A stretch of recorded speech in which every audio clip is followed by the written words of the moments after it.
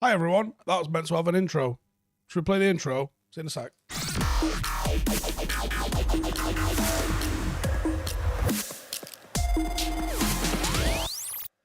There we go. Felt a bit weird that then. I don't know why that didn't connect, but things.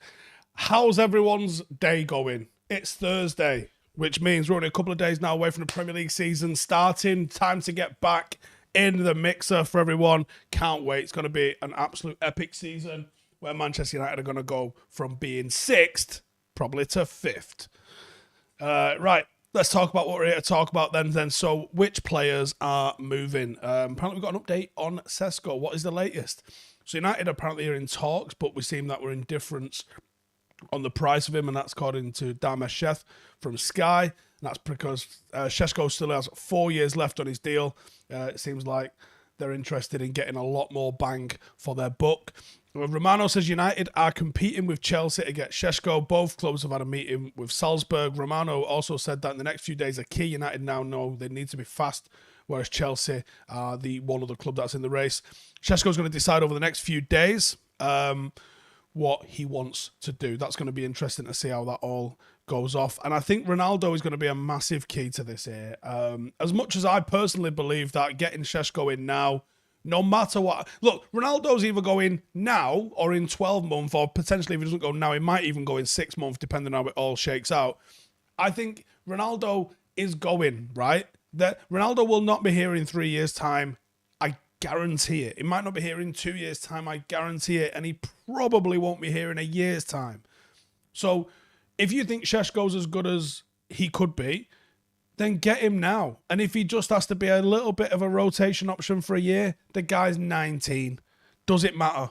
You know what I mean? Get him in and get it in the mixer, right? Simple as. Have him learning from a year off Ronaldo. Couldn't do him any harm, could it? So, Sesko, sounds like there's some serious negotiations going on. Don't think this is bullshit. I think there's definitely something in the mixer with him. Whether or not we actually get the player done over the line, I think there's dramas with that potentially, but we'll see. Listen, let's just see how it goes. I think we're in the mixer. Chelsea seem to be a spanner in the works of every single transfer here at the moment, don't they? So we're just going to have to wait it out, I imagine. So let's move on to the next one. Frenkie de Jong. Why is Ten Hag mad? And how do you know he's mad? Because he kind of always looks like that anyway, doesn't he? He looks mad, even if he's waking up dead happy. Right, Ducker then from the Telegraph told us that de Jong transfer cannot happen unless there is a resolution with the 17 million that is owed. Romano said that Chelsea are coming in to hijack the deal. And there's a few things here. From what Ducker said, it seems something that we've known all along. Perhaps de Jong does want to stay at Barcelona. Looking at the Barcelona wages he is on the most at Barcelona, they definitely can't keep him around. They need to either get him to accept a reduced wage, which I don't think is going to happen. I think the way he's been treated this summer as well, even if he's saying, I want to stay here, I don't think he wants to stay there. United are very, very, very interested, and I've been all summer by the looks of things. It suggests that de Jong has probably accepted that he's going to leave should everything go to plan with the money. Because obviously he needs to get what is technically owed to him, if not legally owed to him. And that seems to be the sticking point of everything at the moment. Because if he does leave Barcelona, he is technically owed nothing, even if morally he is absolutely owed something. But if the Chelsea talk is true, and I am sceptical that it is, because it seems to be everyone's just throwing Chelsea's name in the mixer constantly and seeing what sticks. If the Chelsea talk is true, then that could be worrying. Chelsea do have a habit of beating United signings. We've seen that in the past. United put all the work and all the effort that we seemingly have put into agreeing everything with de Jong, except what's going to happen with his 17 million. And it seems to be, it's been reported at least, that Chelsea are the front runners to sign him, who appears to favour a move to London and the prospect of playing in the Champions League. And his agent is scheduled to meet with Barcelona today. It might be similar to when Chelsea got Jorginho from Spurs in a similar fashion. This could happen. And I'm skeptical about how true their interest is, but if their interest is true, it's a problem for us. It is getting to a point where United seriously needs to start considering the other options. And maybe they can't do so publicly. And maybe that's one of the reasons why we seemingly haven't done it publicly, is because we want to tell de Jong that, listen, we're not even interested in anyone else. We want you. United can't play footsie with him where they go, actually, well, fuck off then, we'll go sign this lad. Because that's not the truth. We genuinely just want to sign Frenkie de Jong. So United kind of in a really sticking point. But this is a poker game now between can United hold on and not lose our man, and can Barcelona figure out what's going to happen with that 17 mil? I imagine if Barcelona pay him that 17 mil, it still goes in as their wage budget or still counts towards their wage budget for next season. So I don't think they're going to be inclined to pay it no matter what. Well, if that's the case, then United needs to get that reduced off his final fee, and United can pay him then. And I'm sure there's tax implications for that, but I think they're probably worth swallowing if United want to get their men over the line. This is a fucked up situation. And for once, it's not United's doing, except for being interested in a guy that's in a fucked up situation. As this rumbles on, my confidence in the situation decreases. And I think that United could just get screwed by time here. Barcelona need him off the wages because they've got all of these. I mean, they're literally signing a new player a day, it seems like. They are fully not giving a fuck. So because they've got to register their new signings, and those registrations so far have been rejected because they're not under their wage budget for the season, they've really got to pull this out. They've really got to start digging this out and finding a solution for this. And if that means a reduction in how much they're going to get off United, then that might have to be it. If Chelsea are willing to pay... Here's what Barcelona are doing. Barcelona are trying to offload this player. And if they can offload him and not pay his wages, they're laughing. United want the player, but we're not going to get screwed. And we're certainly not just going to bow down to Barcelona. Depends how desperate Chelsea get. Chelsea are in a pretty desperate situation as well. Are they more willing to pay his wages on top of the transfer fee? If that's the case, welcome to Chelsea, Frenkie de Jong. If United can get a resolution what everyone's happy with, then I think United can get the deal done. But Barcelona being absolute shits is the problem with this. So I don't know how we come to a resolution on this lot. And I think it's going to be messy all the way to the end of the window. That's the ins. We do have an out. Let's have a look at the out. Telles. So Telles was in Sevilla yesterday doing the paperwork for a 1-year deal on loan with the club, and nothing has been confirmed yet, but Telles has been seen in photographs. Sevilla are going to be covering the whole wages, according to Rob Dawson. And what do we think this shows? I think my presumption earlier in the season was bang on. Telles is the easier one to move on, wages and stature within the club. Telles is the one that's getting moved on, and clearly Shaw, even if he doesn't prefer him over Malacia, was more problematic to move on. And I do think it looks like Malacia is becoming first choice left back. Shaw's probably going to play second fiddle to him for at least a little bit. When a new manager comes in, some players at the club just don't make the cut. The quickness at which we signed Malacia shows that he wasn't happy with the left back choices. So I guess that's the one. He's still got 2 years left on his deal. This might be the way out for him. Maybe they agree a fee with him because there is no buy clause built into this contract, which is a strange one. It just is a straight loan and crack on and see what happens. Tom says, hello Steve, why aren't we going for Jonathan David from Lille? Not sure. Could be the price. It looks like Sesko's going to be a lot cheaper, and maybe that's the one that they want. Zach says, are the rumours about Hannibal on loan true? The only word I've heard from anyone is that there's going to be a shitload of loans for youngsters. So I would assume the rumours for Hannibal going on loan are true. Yes, I would expect so. Peter Knight with a super chat there, thank you very much, says, Henderson confirmed the leaker then with that crybaby interview. Is Jesse the other? I don't know that, but as I said, anyone who watches us regularly, I'd said Dean Henderson was one of the sources of a lot of the leaks towards the back end of last season. I don't think he was the only one, and I know. I guess we will see. But I find it extremely interesting how few the leaks are right now, and that's only a positive thing. XGen says, why are we not terminating Jones's contract? I don't fucking know. The Creefish says, I'm afraid you're right about the De Jong situation. If Chelsea are in the mix, I don't think we get him. If they're genuinely in the mix, I'm not sure they are in the mix though. Tell says Ronaldo must go. Again, I'm not sure on that. And I think if he does stay, there's a very real chance that he only stays because there are literally no clubs that want him, which is a sad state of affairs, but that's one of the ones. Jordan Clark says, I hope Zidane gets game time. Hobo Goblin says Ronaldo must stay. Brian Casey says Notch, I think they're paying his full wages. I must have missed that question. Vladimir says, why are Chelsea seemingly in for every single player this window? I'll tell you why. Because they're not. And it's a bit like Joe. When you see like random obscure players linked with United and then they sign for fucking Everton, right? We were never in for him. We probably didn't even know about him. And then that's, they get the chance to make a bit of noise about a transfer before it happens by linking him to United. And I think there's a similar thing going on with Chelsea at the moment. Retro says United must be willing to outbid Chelsea and go to 100 million euros. If necessary, we need to back the manager. That might not be feasible. But I agree. It'd be better to spend more getting the right person than spending it twice getting the wrong person and then having to replace them. Ross says, remember Chelsea signing Sol Niguez from us? Richard says, surely Rice would be the option for Chelsea over De Jong. Yeah, you would think so. You would think so. Beefy says, I'm getting sick and tired about hearing about Ronaldo. If he goes, I'm past caring. You're going to hear a lot more about it over the next 4 days. I am absolutely certain. Because in my mind, Ten Hag has got a huge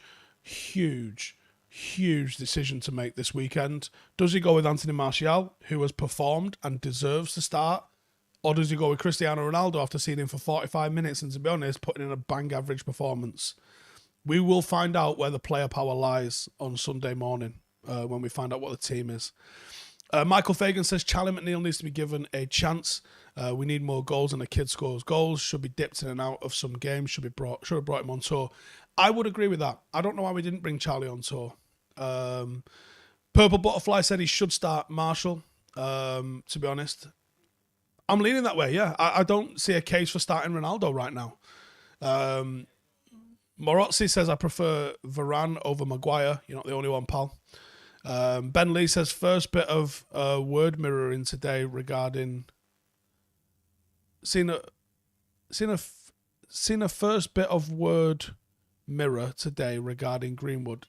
What the fuck does that mean? Anyone? Tom Greenwell says, Scholes over Yaya Toure over Gerrard. Yeah, that tweet blew up a little bit, didn't it? Fucking hell. United Control says, hi Steve, the reason we don't terminate contracts is because the owners see them as assets. Yeah, it probably is that, in all honesty. Yep. Sadly. We are a business first and a football club occasionally. Waleed says, how was the game yesterday? Frustrating. The highlights should be out today. Oh, it's in the Mirror regarding Greenwood. Okay, I'll go and have a look. You'll see from the highlights the opposition parked the bus against us and we couldn't score. Had a few very, very obvious penalty shouts. 3, I think. Referee just wasn't giving them. Referee even said to me after the game as well. He said, a couple of them he thought he went down early, and I said, okay, fair enough. I said, what about this one here on the corner? And he went, oh yeah, that was a foul. And I was like, whistle, blow it, give it, you know what I mean? Like, fucking hell. So yeah, we drew 2-2, so I'm fucked off. I'm still in a bit of a mood about it, to be honest. But second game of the season, I think there's a lot of teams taking points off each other in the league. I don't think it's like last season where like one slip up and you've just fucked it, you're not going to win the league. I think it's going to be fairly tight with a handful of teams, so we'll see. Michael Cook says we need to get Neves now. Agree. Ben Lee says, hope you're recovering well. I pulled my calf after doing a bit of running and I'm fucked it, so I'm not running at the moment and I'm in a bit of pain with the pull as I'm trying to rehab it. Red Hot Dead says we are paying average players too much and for too long. That's what Barcelona are in the middle of trying to flip at the moment. I mean, like, fucking Jordi Alba's on 400 grand a week. What the fuck? Colin Wilmot says, currently watching from Future Ventura. I'll give Frankie a nudge if I see him at the bar. Top work. Yeah, just fucking get him in a headlock. See what we can do. YouTube commenter says, getting CR7 into United was not a mistake. Signing him for more than 1 year contract was a mistake. I could agree with that, yeah. Why did United sign Palestri? I think United signed Ahmad and Palestri trying to be clever, trying to uncover those gems. I think we spent too much on them and they're not good enough. Philip Wilson says, not going to mock Ronaldo, but he can't start if he stays in any August game. Not match fit, doesn't know the tactics. Time to walk away now from Frenkie de Jong as well. I agree with half of that statement. I agree with Ronaldo shouldn't be starting in August. I think he inevitably will do, at least once.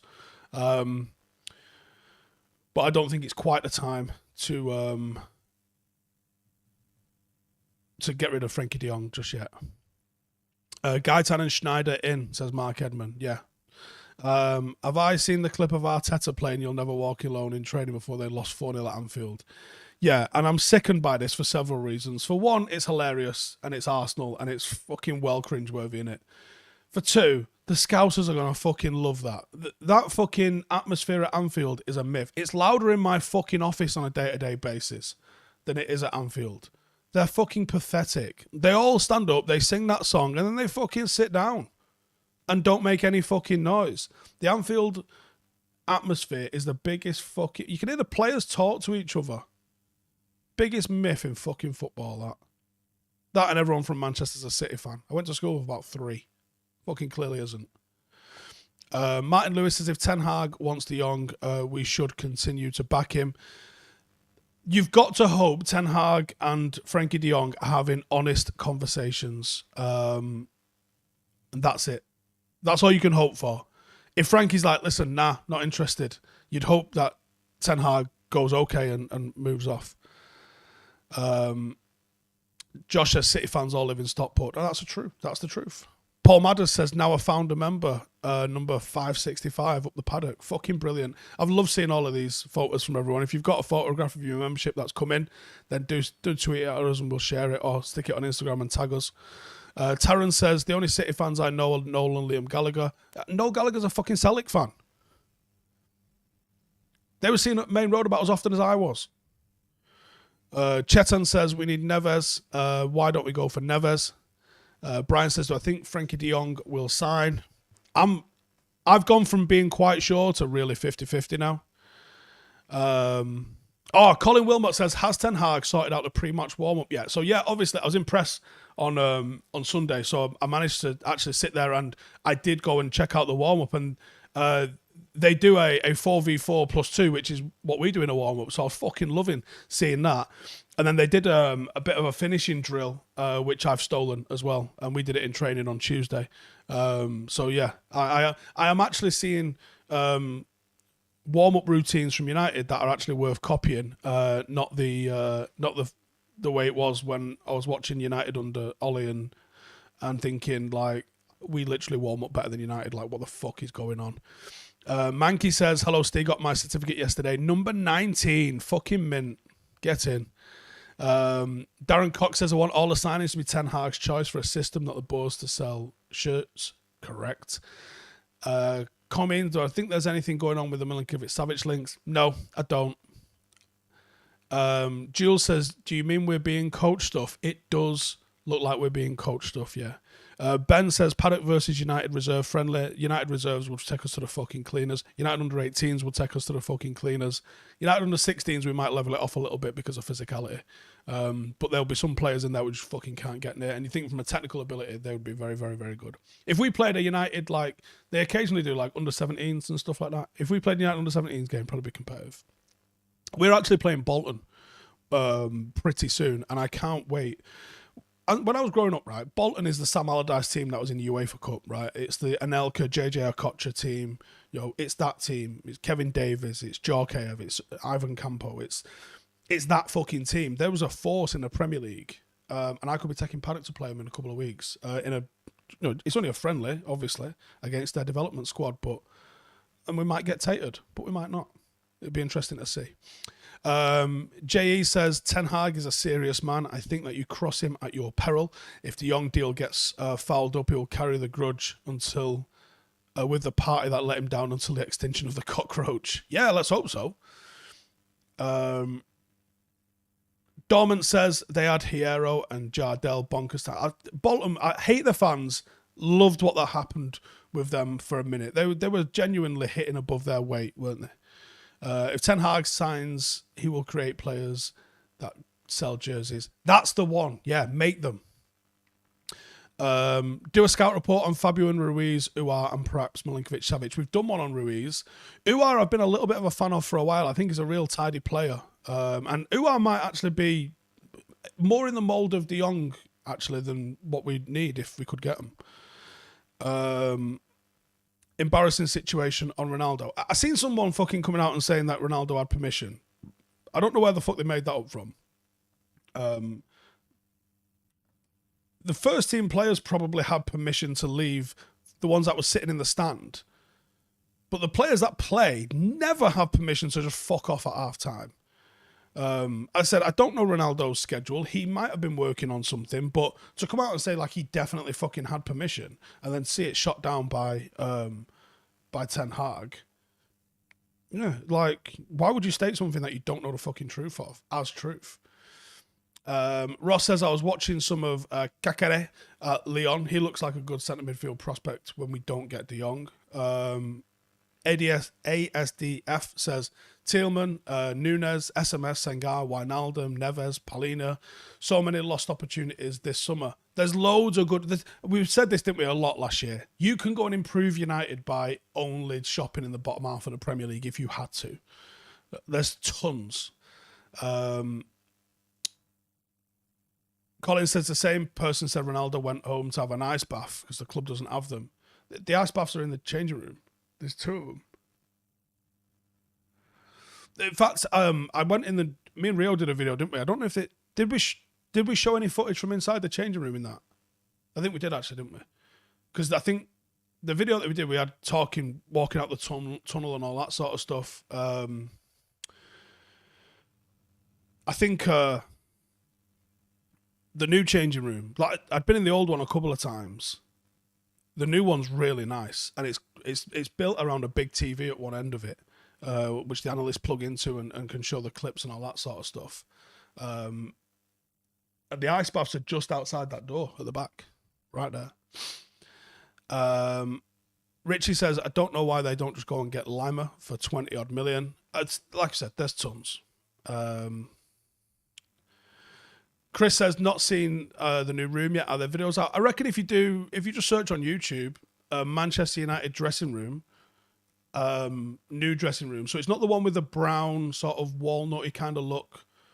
It's the one where it's all very white and sort of like quite clean looking. It's got like red neons and like nice black lacquer sort of finish into it. It's fucking smart.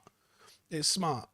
And you've got, so it's almost like a rugby ball kind of shape, so it kind of curves around like that, and it's flat at one end. At that end, there's a telly, and there's a big fridge, obviously for all of the energy drinks and protein shakes and stuff like that. And that front entrance there is where you go into the tunnel and come down. But the back door of it, that's where the physio stuff is, and the ice bath's just out the back there. And I think that's actually where the showers are, is out the back door of it at the top end. NZZZ says, I seen it, Patrice showed it. Yeah, perhaps, yeah. I'm certain there's videos on it, because I know if you do the tour, there's some bits of it that they do show you. I don't know how much that we got to kind of fuck around a little bit because it was just like me and Rio in there, so we got to fanny about a little bit. I don't know when the changing rooms got done up. I think they got upgraded during COVID because they weren't in there. I think that was when they did it.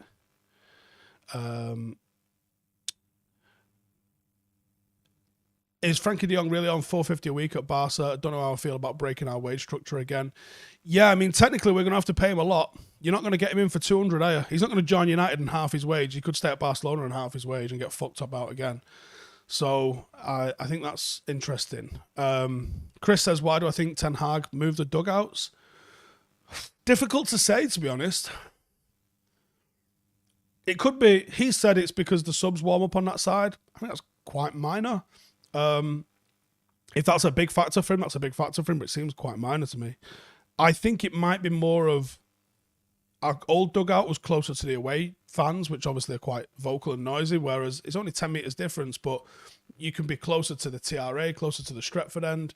We always, this might be another factor, we always attack K-Stand first and then attack the Stretford end second, so maybe he wants to be on the side that we're attacking second half, so he can communicate to the lads easier rather than being 10 metres further back in the other half trying to communicate with them. That could be something. Didn't want to walk past the away dugout maybe, make them walk past you. I don't know. I mean, I literally did the same thing when we moved into Droylsden for our first season with Paddock. The home dressing room, so the home dugout is further away from the halfway line, even though they're technically, in the rules, they're technically meant to be equidistant. But the home one is further away from the halfway line than the home one. And the away one was right by. So at Droylsden, where we play our home games, there's a big stand with a roof on it and a terrace, like a 8-step terrace behind one goal. Behind the other goal, there are trees and some netting and a waist-high barrier. And behind this one, there is the big stand is right behind you, whereas on the away dugout, you're kind of just off to the side of the stand. So where the away dugout was, for me, was the best position. I had all of the fans was in there. They would all crowd round the back of the dugout. And to be honest, I wanted to be right in the mix with the fans, and I think that's the one. So it's funny, it's like I was buzzing off Ten Hag coming in and being the first guy to go, to actually think, that's what I liked about him, is that he was thinking with his own mind. He's walked into Old Trafford, we've had Lou Van Gaal, amazing manager, Jose Mourinho, amazing manager, David Moyes, someone that's really much his own man, and obviously Ole Gunnar Solskjaer, a legend of the fucking club. He was not going to change what worked for Fergie, but the rest of them, you thought, might have their own spin on this sort of thing. But the way Erik comes in and he goes, I don't like that, fix it. And the club have gone, done. It might be a very, very minor thing, but it's just one of those things to get people into the habit of doing what he fucking says. And I fucking like that. I like that.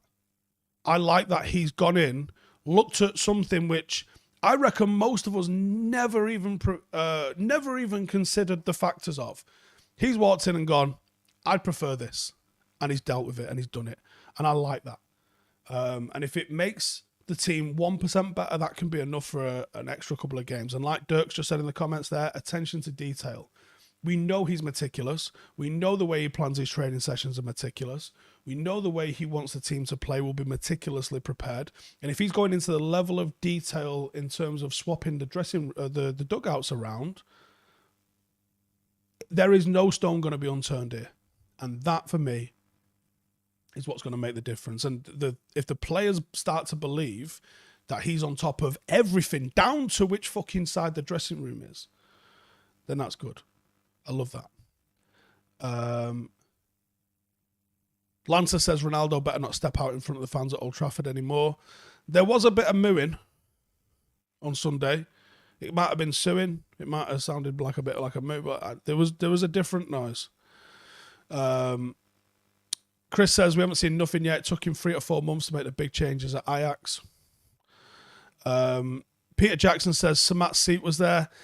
It wasn't, though, because the dugouts that in the dugouts when that was there when I first went there were little plastic sort of coverings that you see at non-league grounds now, and it was literally like a bench. The original dugout, only Fergie has sat in there. Like, we moved that when we upgraded South Stand, or we'd made additions to South Stand. We weren't there originally. That was a 90s addition when we put the dugout into the stand a little bit like that. When the tunnel was there, when the original tunnel was there, that tunnel led straight to the pitch, and then there was literally just like a slightly covered bench. So, no, it was I don't know if it was Fergie's decision or the club's decision or whatever, but those elevated seats into the bottom of South Stand, that was a Fergie thing.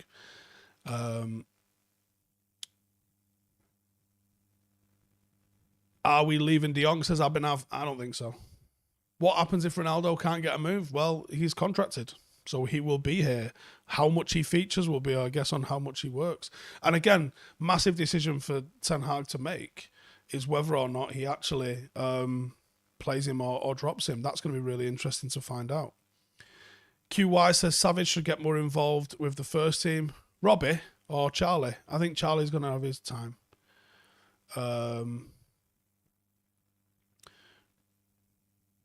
State is Ziyech link real? I'm not sure. Although Chelsea could be moving him on, so we'll see. Toby says, do I see Savage and Zidane getting a few starts in the league this season or just minutes off the bench? No, I don't think they would. Brian says, Steve, when do I think the new ground will be ready to host Paddock home games? It's out of my hands. They were waiting on Tameside Council to just give us the thumbs up. So as soon as Tameside Council gives us the thumbs up, that's the one. Ryan says, how do I get my hands on Paddock shares? It's not shares. It's not a share scheme. We're not looking for people to make any kind of profit with this. We're looking for people to buy into the community about what we're about. If you're interested in becoming an owner of Stretford Paddock, if you've seen my Twitter the last couple of days, you'll have seen all of the people getting their membership packs and their little pin badges with founder on them. Then all you got to do is search fan ownership Stretford Paddock and it'll be the first link that shows up. What's Rio making of Cristiano's antics? I'm not sure, actually. I haven't seen him. I'm back there on Monday, so I'm sure we'll be doing all sorts on Monday, but we'll see. What do I think is going to happen with Garnacho? No, I think Garnacho will stick around because we're so short on numbers in that area. Matty says, morning, sausage. Morning. How's the injury rehab going? Slowly. I'm in fucking agony at the minute. And so the part of my rehab that I'm doing is mainly focusing on recovery from the fucking injury rather than the operation. Operation's fine. Everything that went on with the operation's bob on. I pulled my calf by doing too much because I'm an all-or-nothing kind of lunatic. And I just decided to try and run my legs off and pull the calf. So I've got a calf injury. There's nothing to do with the operation. It's just overuse. And it's the soleus, if anyone knows. And at the moment, I'm in the just do loads and loads of calf raises every day. So I've got DOMs in my calves, which I can feel through where the tear was a little bit. And it fucking hurts. And I'm struggling walking. Yeah. Juju says, I reckon Maguire will get less hate this year. Well, I hope he'll get less game time as well. And I hope he gets less hate too. Like Ten Hag says, he won't be getting hate if he's playing well. So let's hope he doesn't get any hate. What's the weather like in Manchester? About 18 degrees. A little bit of cloud. It's all right, to be honest. Righty, on that note, I'm going to call it a day. But thank you guys for tuning in, as always.